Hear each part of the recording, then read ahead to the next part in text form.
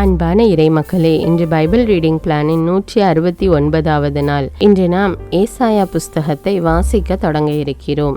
கிமு 8ஆம் நூற்றாண்டின் பிற்பகுதியில் எருசலேமில் வாழ்ந்த ஏசாயா இறைவனால் சிறப்பான முறையில் தேர்ந்தெடுக்கப்பட்டு கற்பிக்கப்பட்டு யூதா மக்களிடம் அனுப்பப்பட்டவர். இந்த மாபெரும் இறைவாக்கினரின் பெயரால் வழங்கப்பெறும் இந்நூலை 3 பகுதிகளாக பிரிக்கலாம். அதிகாரங்கள் 1 முதல் 39 வரை இக்காலத்தில் தென் நாடாம் யூதா வலிமைமிக்க அண்டை நாடான அசீரியாவின் அச்சுறுத்தலுக்கு உள்ளாகி இருந்தது. ஆனால் யூதாவுக்கு வரவிருந்த அழிவுக்கு அசீரியாவின் ஆற்றலை விட அந்த நாடு கடவுள் மீது நம்பிக்கை இழந்து அவருக்கு பணியாது செய்த பாவங்களே உண்மையான காரணம் என்று ஏசாயா உணர்ந்தார். எனவே அவர் எழுச்சியூட்டும் சொற்களாலும் செயல்களாலும் அம்மக்களையும் அவர்கள் தலைவர்களையும் நேர்மையோடும் நீதியோடும் வாழுமாறு அழைத்தார். கடவுளுக்கு அவர்கள் செவி கொடாவிடில் இருளும் அழிவுமே காத்திருக்கின்றன என்று எச்சரித்தார். ஆயினும் தாவீதின் வழிமரபில் தோன்றவிருக்கும் ஓர் ஒப்பற்ற அரசர் மூலம் அனைத்துலகும் அமைதி பெறும் பொற்காலம் வரவிருந்ததையும் ஏசாயா முன்னறிவித்தார். அதிகாரங்கள் 40 முதல் 55 வரை இப்பகுதி யூதாவின் மக்களுள் பலர் பாபிலோனில் அடிமைகளாக நசுக்கப்பட்டு நம்பிக்கை இழந்து இருந்த காலத்தை சார்ந்தது. கடவுள் தம் மக்களை விடுவித்து அவர்களது சொந்த வீடான எருசலேமில் புதுவாழ்வு வாழுமாறு அழைத்து செல்வார் என்று இறைவாக்கினர் முழக்கம் செய்தார். வரலாற்றின் ஆண்டவர் கடவுளே என்பதும் இஸ்ரேலர் மூலமாக மாந்தர் அனைவரும் நற்செய்தி பெற்று இறையாசி பெறுவர் என்பதும் இங்கு வலியுறுத்த பெறுகின்றன. இப்பகுதியில் காணப்பெறும் ஆண்டவரின் ஊழியன் பற்றிய பாடல்கள் பழைய ஏற்பாட்டிலேயே மிக சிறந்த பகுதிகளாக ஏற்றுக்கொள்ளப்பட்டுள்ளன. அதிகாரங்கள் 56 முதல் 66 வரை இவற்றுள் பெரும்பாலானவை எருசலேமுக்கு திரும்பி வந்திருந்த மக்களுக்கு உரைக்கப்பட்டவை. கடவுள் இஸ்ரேலருக்கு தாம் அளித்த வாக்குறுதியை நிறைவேற்றுவார் என்று இப்பகுதியில் வலியுறுத்தப்படுகின்றது. நேர்மை, நீதி, ஓய்வு நாள், பலி, மன்றாட்டு ஆகியவற்றின் சிறப்பும் எடுத்துரைக்கப்படுகின்றது. இயேசு பெருமான் தம் பணியின் தொடக்கத்தில் இந்நூலின் சொற்களை கையாள்வது குறிப்பிடத்தக்கது. இன்று நாம் ஏசாயா அதிகாரம் 1 முதல் 4 வரை வாசித்து முழுமையாக அறிந்து கொள்வோம். ஏசாயா அதிகாரம் 1. உசியா, யோதாம், ஆகாசு, எசேக்கியா என்போர் யூதா நாட்டின் அரசர்களாயிருந்த காலத்தில் யூதா எருசலேம் என்பவற்றை குறித்து ஆமோச்சின் மகன் ஏசாயா கண்ட காட்சி. கடவுள் தம் மக்களை கண்டித்தல். விண்வெளியே கேள், மண்ணுலகே செவிகொடு. ஆண்டவர் திருவாய் மலர்ந்தருளுகின்றார். பிள்ளைகளை பேணி வளர்த்தேன், அவர்களோ எனக்கு எதிராக கிளர்ந்தெழுந்தார்கள். காளை தன் உடைமையாளனை அறிந்து கொள்கின்றது, கழுதை தன் தலைவன் தனக்கு தீனி போடும் இடத்தை தெரிந்து கொள்கின்றது. ஆனால் இஸ்ரேலோ என்னை அறிந்து கொள்ளவில்லை, என் மக்களோ என்னை புரிந்து கொள்ளவில்லை. ஐயோ, பாவம் நிறைந்த மக்களினம் இது, அநீதி செய்வோரின் கூட்டம் இது, தீச்செயல் புரிவோரின் வழிமரபு இது. கேடுகட்ட மக்கள் இவர்கள், ஆண்டவரை புறக்கணித்து விட்டார்கள், இஸ்ரேலின் தூயவரை அவமதித்து விட்டார்கள், அவருக்கு அந்நியராய் ஆகிவிட்டார்கள். நீங்கள் ஏன் தொடர்ந்து வன்முறையில் ஈடுபடுகிறீர்கள்? என் கையால் பட்ட அடி போதாதா? உங்கள் தலையெல்லாம் வடுக்கல், இதயமெல்லாம் தளர்ச்சி, உள்ளங்கால் முதல் உச்சந்தலை வரை உங்கள் உடலில் நலமே இல்லை. ஆனால் காயங்கள், கன்றி போன வடுக்கள், சீல்வடியும் புண்களே நிறைந்துள்ளன. அங்கே சீல் பிதுக்கப்படவில்லை, கட்டு போடப்படவில்லை, எண்ணெய் பூசி புண் ஆற்றப்படவும் இல்லை. உங்கள் நாடு பாலடைந்து கிடக்கிறது, உங்கள் நகரங்கள் நெருப்புக்கு இரையாயின. வேற்று நாட்டினர் உங்கள் கண்ணெதிரே உங்கள் நாட்டை விழுங்குகிறார்கள். வேற்று நாட்டினரால் வீழ்த்தப்பட்ட உங்கள் நாடு பாலடைந்து கிடக்கிறது. மகள் சீயோன் திராட்சை தோட்டத்து குடில் போன்றும் வெள்ளரி தோட்டத்து குடிசை போன்றும் முற்றுகையிடப்பட்ட நகரம் போன்றும் கைவிடப்பட்டாள். படைகளின் ஆண்டவர் நம்மில் சிலரையேனும் எஞ்சியிருக்க செய்யாவிடில் சோதோமை போல் நாம் ஆகியிருப்போம், கொமோராவுக்கு ஒத்தவர்களாயிருப்போம். வெளிவேடக்காரருக்கு எதிராக எருசலேமே, உன்னை ஆளுகிறவர்களும் உன் மக்களும் சோதோம் கொமோராவை போன்றவர்களாயிருக்கின்றனர். நம் ஆண்டவரின் அறிவுரையை கேளுங்கள், அவர் தம் கட்டளைக்கு செவிசாயுங்கள். எண்ணற்ற உங்கள் பலிகள் எனக்கு எதற்கு என்கிறார் ஆண்டவர். ஆட்டுக்கிடாய்களின் எரிபலிகளும் கொழுத்த விலங்குகளின் கொழுப்பும் எனக்கு போதுமென்றாகிவிட்டன. காளைகள், ஆட்டுக்குட்டிகள், வெள்ளாட்டுக்கிடாய்கள் இவற்றின் இரத்தத்திலும் எனக்கு நாட்டமில்லை.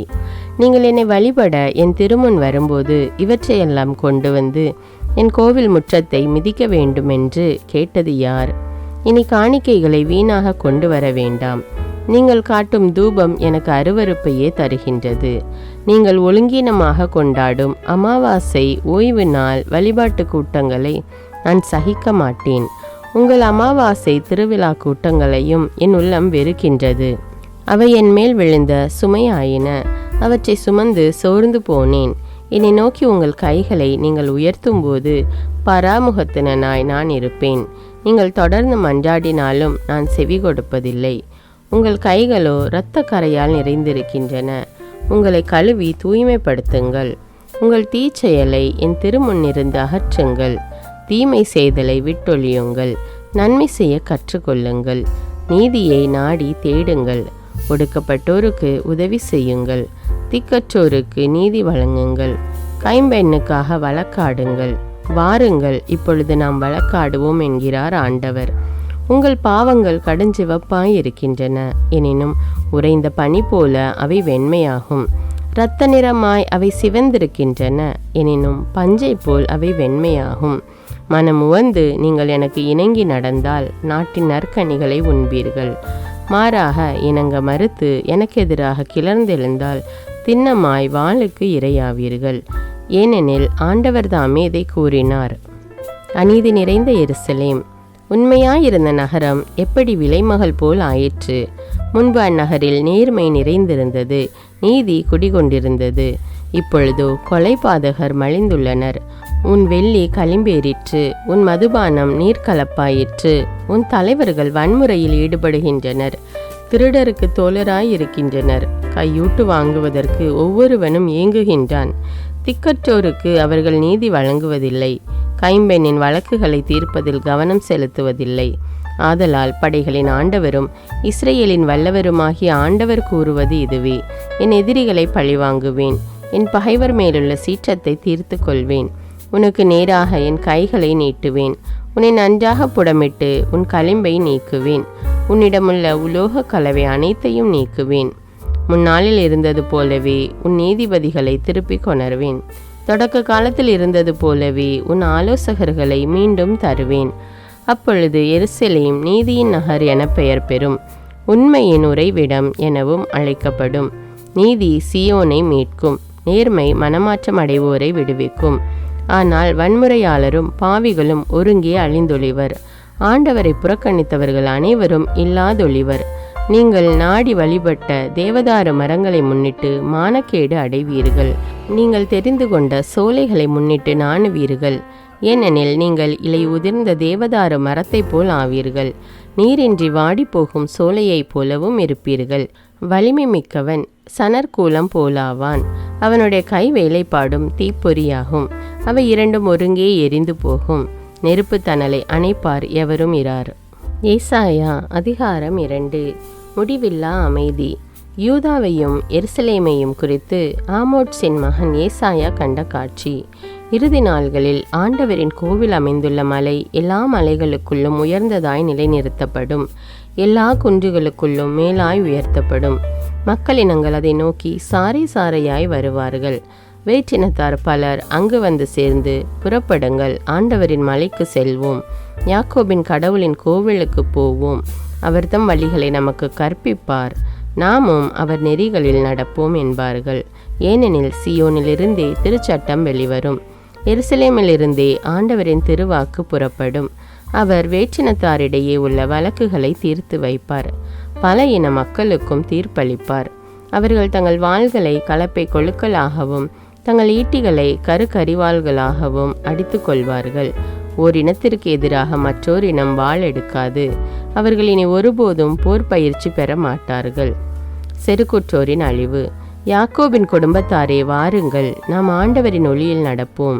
யாக்கோபின் குடும்பத்தாராகிய உம்முடைய மக்களை நீர் கைவிட்டு விட்டீர். ஏனெனில் கீழே நாட்டு போதனை அவர்களிடையே மிகுந்துள்ளது. பெலிஸ்தியரை போல அவர்கள் நிமித்தம் பார்க்கின்றார்கள். வேற்று நாட்டினருடன் கூட்டு சேர்கின்றார்கள். அவர்கள் நாடு வெள்ளி பொன்னால் நிறைந்துள்ளது. அவர்கள் கருவூலத்திற்கு அளவே இல்லை. அவர்கள் நாடு குதிரைகளால் நிறைந்துள்ளது. அவர்கள் தேர்ப்படைகள் எண்ணிக்கையில் அடங்கா. அவர்கள் நாட்டில் சிலைகள் மலிந்துள்ளன. தங்கள் கை வேலைப்பாட்டினால் செய்தவற்றை வணங்குகின்றனர். தங்கள் விரல்கள் உருவாக்கியவற்றின் முன் பணிகின்றனர். இவற்றால் மானிடர் தாழ்நிலை அடைவர், மக்கள் சிறுமை அடைவார்கள். ஆண்டவரே, அவர்களுக்கு மன்னிப்பு அருளாதீர். கற்பாறைக்குள் நுழைந்து கொள்ளுங்கள், மண்ணில் பதுங்கி மறைந்து கொள்ளுங்கள். ஆண்டவரின் அச்சம் தரும் திருமுன் நின்று அவரது உயர் மாட்சியினின்று மகளுங்கள். செருக்கு மிகு பார்வையுடையோர் தாழ்த்தப்படுவர், ஆணவமிக்கோர் அவமானம் அடைவர். ஆண்டவர் ஒருவரே அந்நாளில் மாட்சியுறுவார். படைகளின் ஆண்டவருக்குரிய நாள் ஒன்று இருக்கின்றது. அன்று இருமாப்பும் செருக்கும் உடைய அனைவரும் தாழ்வுறுவர். உயர்த்தப்பட்டவை உயர்ந்து நிற்பவை அனைத்தும் நலிவடையும். அன்று லெபனோனின் ஓங்கி வளர்ந்த கேதுரு மரங்கள் யாவும் அழிக்கப்படும். பாசானில் உள்ள அனைத்து கருவாலி மரங்களும் அழிக்கப்படும். வானலாவிய மலைகள் உயர்ந்த குன்றுகள் அனைத்தும் தரைமட்டமாக்கப்படும். உயர்ந்து நிற்கும் கோபுரங்கள் யாவும் தகர்த்தெறியப்படும். வலிமை மிக்க மதிர்சுவர்கள் அனைத்தும் தவிடுபொடியாக்கப்படும். தர்சீசின் மரக்கலங்கள் யாவும் அழகிய வேலைப்பாடுகள் அனைத்தும் அமிழ்த்தப்படும். மனிதர்களின் ஆணவம் அடக்கப்படும், அவர் தம் செருக்கு அகற்றப்படும். ஆண்டவர் ஒருவர் மட்டுமே அந்நாளில் உன்னதமானவராயிருப்பார். சிலைகள் அனைத்தும் ஒருங்கே ஒழிக்கப்படும். ஆண்டவர் உலகை நடுநடுங்க செய்ய வரும்போது அவரது அச்சம் தரும் திருமுன் நின்றும் அவரது சீர்மிகு மாட்சி நின்றும் மறைந்திட மனிதர் குன்றின் குகைகளில் புகுந்து கொள்வர், மண்ணின் குழிகளில் மறைந்து கொள்வர். அந்நாளில் மக்களினத்தார் தாம் வழிபடுவதற்கு உருவாக்கிய வெள்ளி சிலைகளையும் பொற்பதுமைகளையும் அகல் எலிகளுக்கும் வௌவால்களுக்கும் எரிந்து விடுவர். ஆண்டவர் உலகை நடுநடுங்க செய்ய வரும்போது அவரது அச்சம் தரும் திருமுன் நின்று அவரது சீர்மிகு மாட்சி நின்றும் மறைந்திட அவர்கள் பாறைகளின் வெடிப்புகளில் பதுங்கிக் கொள்வர், குன்றுகளின் பிளவுகளில் ஒளிர்ந்து கொள்வர். நிலையற்ற மனிதர் மேல் நம்பிக்கை வைக்காதீர், அவர்களின் உயிர் நிலையற்றது. ஒரு பொருட்டாக கருதப்படுவதற்கு அவர்களின் தகுதி என்ன? ஏசாயா அதிகாரம் 3. எருசலேமில் குழப்பம். படைகளின் ஆண்டவரான நம் தலைவர் எருசலேமின் ஊன்றுகோலை ஒடித்து விடுவார், யூதாவின் நலத்தை நலிய செய்வார். ஊன்றுகோலாகிய உணவையும் நலமாகிய நீரையும் அகற்றிவிடுவார். வலிமை மிகு வீரன், போர்க்களம் செல்லும் போர் வீரன், தீர்ப்பு வழங்கும் நீதிபதி, இறைவாக்கு உரைக்கும் இறைவாக்கினன், குறி சொல்லும் நிமத்திகன், அறிவு முதிர்ந்த முதியோன், இவர்கள் அனைவரையும் அழித்து விடுவார். 50 தலைவன், உயர் பதவி வகிக்கும் சான்றோன், அறிவுரை வழங்குபவன், திறன் வாய்ந்த மந்திரவாதி, மாயவித்தை புரிவதில் நிபுணன் ஆகிய அனைவரையும் மாற்றிவிடுவார். சிறுவர்களை மக்கள் தலைவர்களாய் மாற்றுவார். பச்சிளங்குழந்தைகள் அவர்கள் மேல் அரசாட்சி செலுத்துவார்கள். மக்கள் ஒருவரை ஒருவர் ஒடுக்குவர், எல்லோரும் தமக்கு அடுத்திருப்பவரை துன்புறுத்துவர். இளைஞர் முதியோரை அவமதிப்பர், கீழ் மக்கள் மாண்பு மிக்கவரை புறக்கணிப்பர். தன் தந்தையின் இல்லத்தில் வாழும் தமையனின் கையை தொட்டு ஒருவன், நீ ஒருவனாவது ஆடை உடுத்தியுள்ளாய், நீ எங்கள் பெருந்தலைவன் ஆவாயாக, பாலடைந்து கிடக்கும் இந்த நாடு உன் கைக்குள் வருவதாக என்பான். அந்நாளில் அவன், நான் காயத்திற்கு கட்டுப்போடுகிறவன் அல்லன், இல்லத்தில் உடுத்துவதற்கு உடையோ உண்பதற்கு உணவோ ஒன்றுமில்லை, மக்களின் தலைவனாய் என்னை நீங்கள் ஏற்படுத்தவும் வேண்டாம் என சொல்லி மறுத்து விடுவான். எருசலேம் நிலை குலைந்து தடுமாற்றம் அடைந்து விட்டது, யூதா வீழ்ச்சி அடைந்து விட்டது. ஏனெனில் அவர்களுடைய சொல்லும் செயலும் ஆண்டவரின் திருவுளத்திற்கு எதிராய் உள்ளன. மாட்சிமிகு அவர் தம் கண்களுக்கு சினமூட்டின. அவர்களின் ஓரவஞ்சனை அவர்களுக்கு எதிராய் சான்று கூறுகின்றது. அவர்கள் தங்கள் பாவத்தை மறைக்காமல் சோதோம் மக்களைப் போல் பறைசாற்றுகிறார்கள். ஐயோ, அவர்கள் உயிருக்கு கேடு, ஏனெனில் தங்களுக்கு தாங்களே தீமையை வருவித்து கொண்டார்கள். ஆனால் மாசற்றோர் நலம் பெறுவர் என நவிழுங்கள். அவர் தம் நற்செயல்களின் கனியை உண்பது உறுதி. தீச்செயல் புரிவோருக்கு ஐயோ கேடு, தீமை அவர்களை சூழ்ந்து கொள்ளும். அவர்களின் கைகள் செய்த தீவினைகள் அனைத்தும் அவர்கள் மேலேயே விழும். என் மக்களே, சிறுவர் உங்களை ஒடுக்குகின்றார்கள், பெண்கள் உங்கள் மேல் ஆட்சி செலுத்துகின்றார்கள். என் மக்களே, உங்கள் தலைவர்கள் உங்களை தவறாக வழிநடத்துகின்றார்கள்.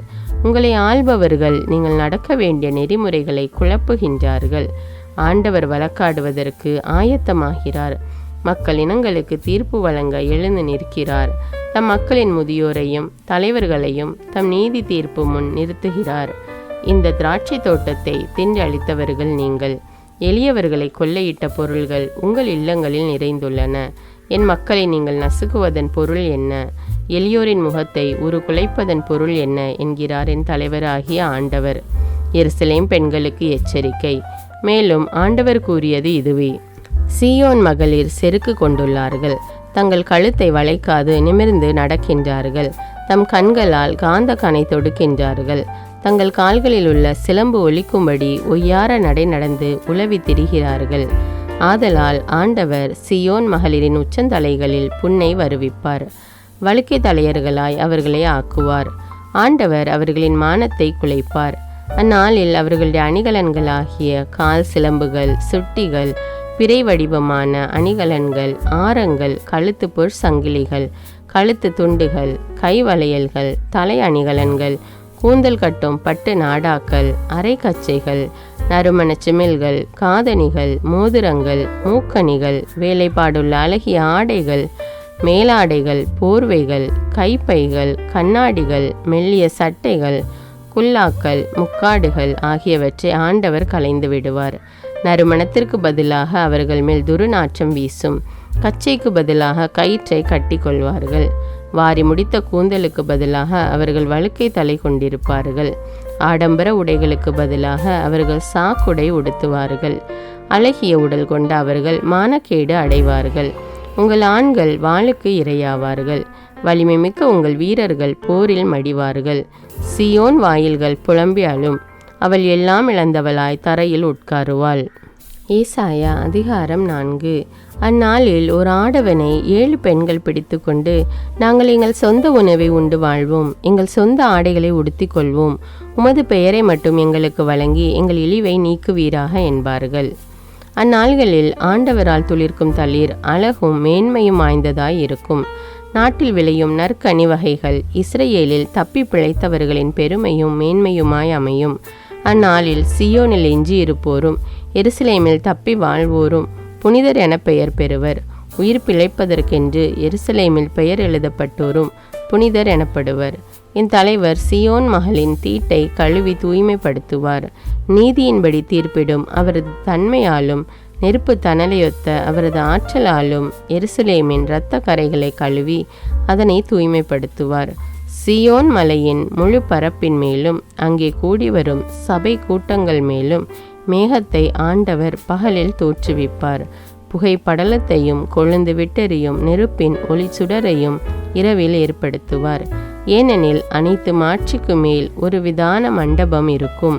அது பகல் வெப்பத்தினின்று காக்கும் நிழலாகவும் புயல் காற்றுக்கும் மழைக்கும் ஒதுங்கும் புகலிடமாகவும் அரணாகவும் அமையும்.